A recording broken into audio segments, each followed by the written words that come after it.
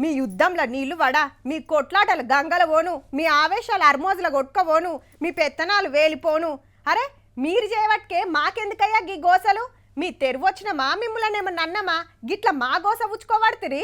దగ్గర దగ్గర 2 నెలలు ఈగనన్న సల్లబడ రాదు రిజరా, లేకుంటేందబ్బా మనకెంత పెద్ద ఆపత్తి రాబోతుందో చూడు రిజరా. ముచ్చట తెలిస్తే నెలకో రాష్ట్రంలో అసెంబ్లీ ఎలక్షన్లు అయితే బాగుండే అనుకుంటారేమో. ఎందుకంటే బెంగాల్లో ఓట్లు పడంగానే పెట్రోల్ మీటర్ గిర్రున తిరుగుతుందట మళ్ళా. అంటే బరాబర్ 6 రోజులకు ఆడ ఎన్నికలు ఒడుసుడే ఆల్చం రేట్లు పెరుగుడు పక్క అని గట్టి ప్రచారం నడుస్తుంది ఢిల్లీలో.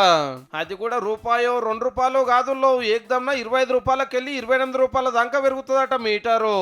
ఇప్పుడు హైదరాబాద్ లో పెట్రోల్ 107 రూపాయలు ఉంటే అప్పుడు 132 నుంచి 135 రూపాయలు అవుతుంది. ఇక డీజిల్ 95 రూపాయలు ఉంటే అల్కగా 120 దాటొచ్చునట.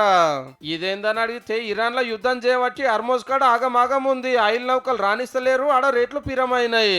మేం మస్తు లాస్ అవుతున్నాం అంటున్నాయి మన దేశంలో ఆయిల్ కంపెనీలు. ఆడికెళ్ళి సమర్ తెచ్చి ఆడ అందులోకెళ్ళి పెట్రోల్ డీజిల్ గ్యాస్ నూనె గాలి మోటార్లు పోసి ఆయిల్ తీసి మనకు అమ్ముతారు అన్నట్టు. గిట్లా చేసినందుకు 10వ పరకో మిగులుడు కాదు, మీదకెళ్ళి మీద పడుతుంది. దినం 1200 కోట్లకెళ్ళి 2,500 కోట్లు నష్టమవుతుందని మనోళ్ళ మాట. సెంటర్ వాళ్ళకి ఇదే ముచ్చటే చెప్తే అరే జర రాగురి ఎలక్షన్ల యాళ్ళ రేట్లు వేస్తే ఎట్లా, మా మైలేజ్ గుంజుతుందని గుంజి పట్టిరాట. ఇక 29 తారీఖు నాడు బెంగాల్లో ఆఖరి మల్క ఓట్లు.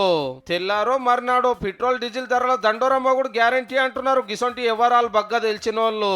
అయితే 4 ఏళ్ల కంచెల్లి రూపాయి పెంచలేదు, నడిమిట్ల 2 రూపాయలు తగ్గింది ఇంకా అని కవర్ చేసేటోళ్ళు ప్రచారం చాలు చేసిర్రు అప్పుడే.